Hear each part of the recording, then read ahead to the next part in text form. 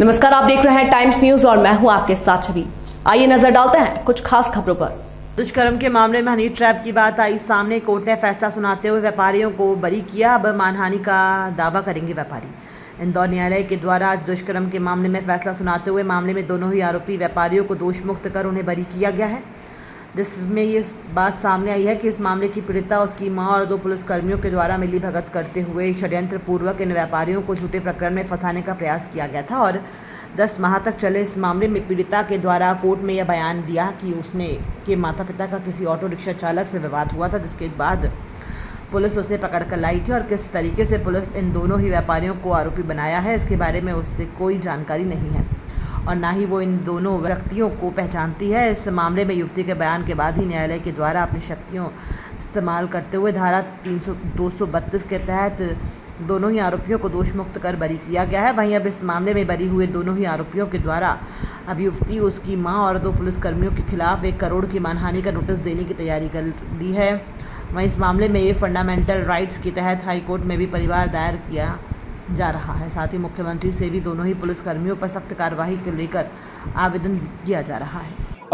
ये जेल इंदौर का है, कालानगर एरोड्रम का थाने का मामला है। कालानगर एरोड्रम थाना एरोड्रम की पुलिस ने एक एफआईआर दर्ज करी थी बलात्कार, जान से मारने के अपहरण की धारा में। और उस एफआईआर के अंदर पुलिस ने बताया था कि 5 सितंबर 2023 को एक युवती उसकी मां के साथ में मौसा जलेबी के पास से गुजर रही थी। वहां पर एक ऑटो चालक से उसने लिफ्ट मांगी, उसने लिफ्ट देने से मना कर दिया तो एक एक्टिवा सवार आया और चाकू खोल के चाकू के नोक पे उस लड़की को अपहरण कर उसको ले गया उमरिया के रेलवे फाटक मऊ में, और वहां जाके उसके आदमी बलात्कार करा। जहां पर उक्त युवती ने बलात्कार होने के बाद में उक्त युवती ने चाय पीने की इच्छा जाहिर करी उस युवक आरोपी से, बोले मुझे चाय पीने की इच्छा हो रही है। तो जब युवक आरोपी उसको राजपूत ढाबे पे ले गया तो युवती ने आसपास के लोगों की मदद से उस युवक को पकड़वाया और थाना किशनगंज के अंदर जीरो में कायमी करवाते हुए बलात्कार, जान से मारने और अपहरण की धारा में कायमी करवाते हुए युवक से पकड़वा दिया। जिसके बाद वो मामला असल कायमी के लिए थाना एरोड्रम आया।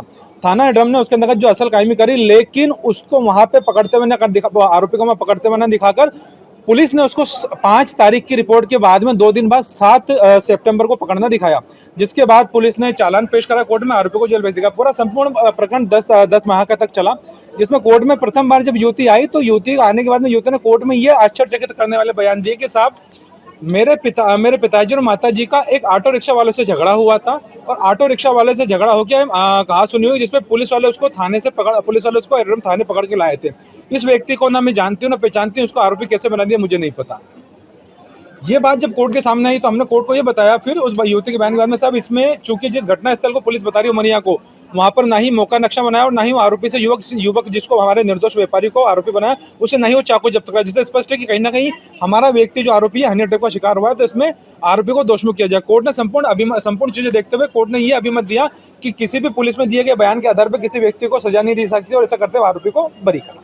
ये पूरा अपने आप में एक ऐसा मामला है जो कि कहीं ना कहीं हनी ट्रैप को दिखाता है, या जो राहगीर लोग राहगीर लोग जो आप नाइट कल्चर में जैसे का देखा होगा, लड़के लड़की झगड़े करते हो उनकी आप मदद करने जाते हो तो कहीं ना कहीं जो मदद करता है वही प्रताड़ित हो जाता है, वो उसी को शिकार हो जाता है। ये उसका समकक्ष एक मामला है जिसमें हनी ट्रैप के माध्यम से इस युवती उसके परिवार ने इस व्यापारी से पैसे की डिमांड भी करी थी। इंफॉर्मेशन का कोई इसके बाद अब चूंकि हमारे जो कि आरोपी बरी हो गया है, कोर्ट ने इसमें धारा 232 का आप शक्तियों का इस्तेमाल करते हुए अन्य गवाहों को न बुलाते हुए युवती के बयान के बाद ही इसमें बरी कर दिया। हमें उस युवती उसकी माता सहित 2 पुलिसकर्मी, जो सब इंस्पेक्टर एक थाना किशनगंज की जिसने झूठी एफआईआर लिखी और थाना एरोड्रम का पुलिस सब इंस्पेक्टर जिसने इसके अंदर झूठा इन्वेस्टिगेशन का, उनके खिलाफ 1 करोड़ रुपए की मानहानि का व्यापारी की तरफ से नोटिस भी भिजवा रहे हैं और साथ में ही फंडामेंटल राइट को लेकर हाईकोर्ट में पिटीशन लगा रहे हैं और माननीय मुख्यमंत्री महोदय से भी हमने इन पुलिस वालों के खिलाफ सख्त कार्रवाई की मांग की।